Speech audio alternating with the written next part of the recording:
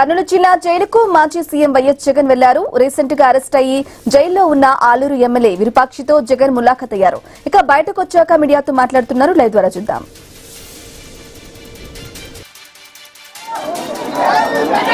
అర్ధరాత్రి పూట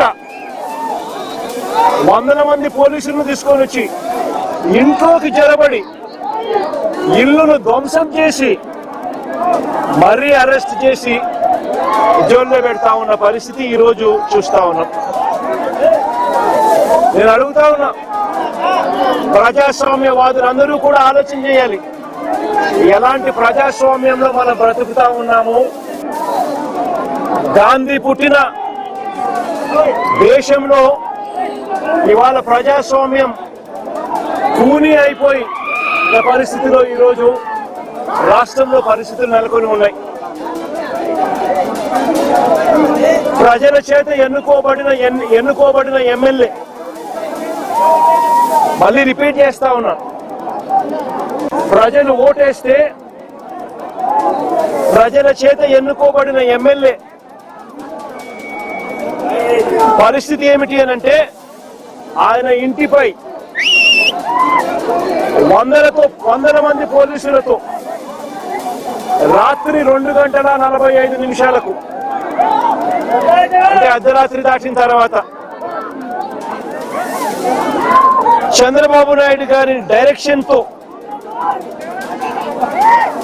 ఆయన ఇంట్లోకి వచ్చి, ఎమ్మెల్యే గారి ఇంట్లోకి వచ్చి, ఆయన నిద్రపోతా ఉన్న సమయంలో డోర్లు పగలగొట్టి సీసీ కెమెరాలన్నీ కూడా ఎవరైనా దొంగతనానికి వస్తే సీసీ కెమెరాలు ఇంట్లో ఉంటే ఆ సీసీ కెమెరాలను ధ్వంసం చేస్తారు, తీసుకొని పోతారు. పోలీసులు చేసిన పని అది.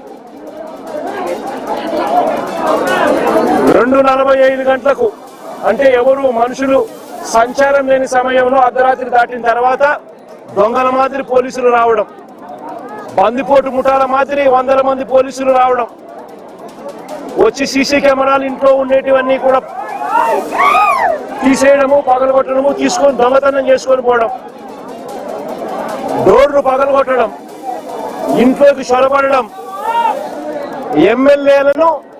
ఎమ్మెల్యేను అపహరించుకుపోవడం. నేను అడుగుతా ఉన్నా, ఎమ్మెల్యే ఏమైనా ఉగ్రవాదా అని? ఏం పగటిపూట నువ్వు నోటీస్ ఇస్తే ఎమ్మెల్యే రాడా? పగటిపూట మీరు ఏమైనా నోటీస్ ఇస్తే ఎమ్మెల్యే రాడా? ఇంట్లోనే పడుకొని ఉన్నాడు కదా.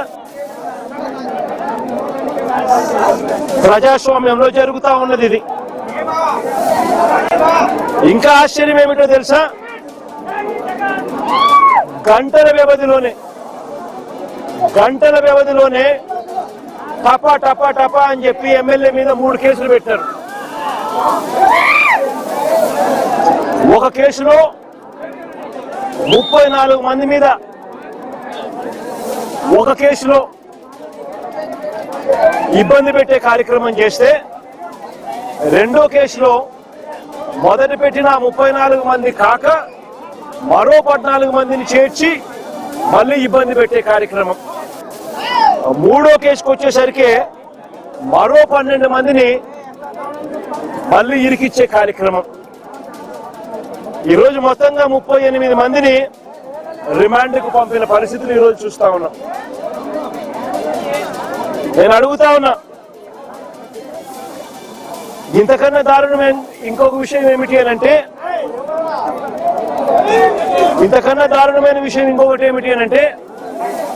ఎమ్మెల్యేతో కూడా సరిపెట్టుకోవడంలా, ఎమ్మెల్యే కొడుకును, ఎమ్మెల్యే తమ్ముడి కొడుకును మొత్తం అందరినీ జైల్లో పెట్టారు. అంతేకాదు, మరో తమ్ముడి కొడుకును ఇరికించే కార్యక్రమం చేశారు. ఇలా మొత్తం కుటుంబాన్ని టార్గెట్ చేస్తా ఉన్న పరిస్థితులు కనిపిస్తా ఉన్నాయి. నేను ఒకసారి కొన్ని వివరాలను చెప్తాను. క్లుప్తంగా వివరాలన్నీ, 6 నేరాలు ఎలా చేశారో చెప్తాను. 6 ఇన్స్టెన్సెస్ ఇదే కేసులో నేను సైట్ చేస్తాను. న్యాయం ధర్మం బతుకున్నాయా లేదా అన్నది ప్రజాస్వామ్యంలో ఉన్న ప్రతి ఒక్కరూ కూడా ఆలోచన చేయమని కోరుతా ఉన్నా. ఆగస్టు 1వ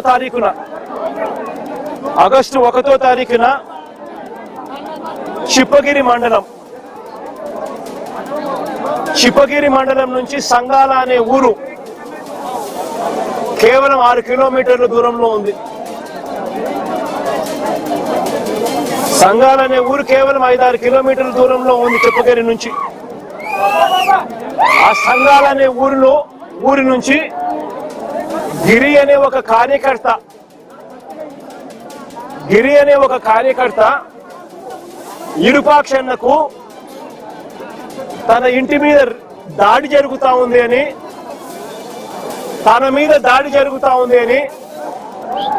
దాడి జరుగుతా ఉన్న తన ఇంటి ఫోటోను, ఇంటి వీడియోను సైతం ఎమ్మెల్యేకు తాను పంపించి 7:45 ఎమ్మెల్యేకి ఫోన్ చేశాడు.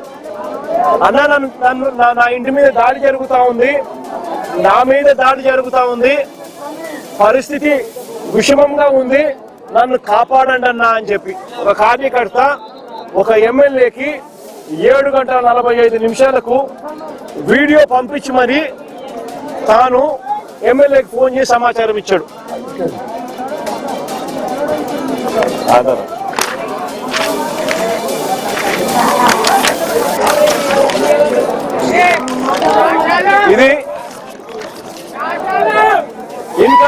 ఇది గిరి అనే కార్యకర్త ఎమ్మెల్యేకు 7:45 ఫోన్ చేసిన కాల్ హిస్టరీ, ఎమ్మెల్యే ఫోన్ చేసిన కాల్ లాగ్ 7:45 తాను ఎమ్మెల్యేకి ఫోన్ చేసి ఈ రకంగా మాట్లాడి ఫోటోను, ఇంటి మీద దాడి జరిగిన ఫోటోను, పోస్టర్ కూడా పంపించాడు.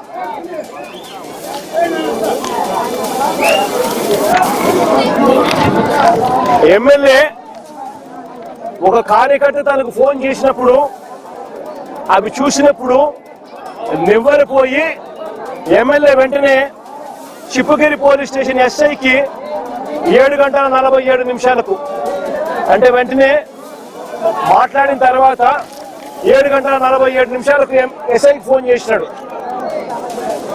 మీ దగ్గర నుంచి సంగాల ఊరు ఇక్కడ నుంచి 5-6 కిలోమీటర్ల దూరంలో ఉంది, కార్యకర్త మీద దాడి జరుగుతా ఉంది, పోయి కాపాడండి అని ఎమ్మెల్యే, ప్రజల చేత ఎన్నుకోబడిన ఎమ్మెల్యే ఒక ఎస్ఐకి ఫోన్ చేసి సమాచారం ఇచ్చినాడు 7:47. మళ్ళీ ఆ తర్వాత సిఐకి మళ్ళీ ఫోన్ చేశాడు. సిఐకి ఫోన్ చేసిన తర్వాత సిఐ ఫోన్ చేస్తే ఫోన్ ఎత్తడంలా, ఫోన్ దొరకడంలా. మళ్ళా 8:03 సిఐకి కూడా ఫోన్ చేసి సమాచారాన్ని ఇచ్చినాడు. సిఐకి కూడా ఎమ్మెల్యే ఫోన్ చేసి ఇలా గిరి అనే కార్యకర్త మీద దాడి జరుగుతా ఉంది సంగాల అనే గ్రామంలో, వెళ్ళి కాపాడండి మీరు, నాకు గిరి ఫోన్ చేశాడు, ఫోటోలు పంపించినాడు, తన ఇంట్లో జరుగుతా ఉన్న దాడికి సంబంధించిన వివరాలు తెలియజేస్తా ఉన్నాడు, వెంటనే పోండి అని చెప్పి మళ్ళీ 8:03 సిఐ కూడా చెప్పినాడు. అయినా ఎవడు పోలా. ఒక మనిషి మీద దాడి జరుగుతా ఉందని పోలీసులకు చెప్తే ఎమ్మెల్యే లాంటోడు ఫోన్ చేసి చెప్పినా కూడా దిక్కు దివాణం లేని పరిస్థితిలో ఈ రోజు రాష్ట్రంలో ప్రజలు ఉన్నారు. ఎమ్మెల్యే కాదు, ఎవడు ఫోన్ చేసినా సిఐ అనేవాడు, ఎస్ఐ అనేవాడు పోవాల్సిన ధర్మం. అది ఎస్ఐ డ్యూటీ, సిఐ డ్యూటీ. ఎవడైనా కూడా నా ప్రాణం పోతా ఉంది, నా ఇంటి మీద దాడి జరుగుతా ఉంది అని చెప్పి తనకు ఏదైనా సమాచారం అందితే వెంటనే అక్కడికి వెళ్ళి కాపాడాల్సిన ధర్మం ఎస్ఐ మీద, సిఐ మీద ఉంది.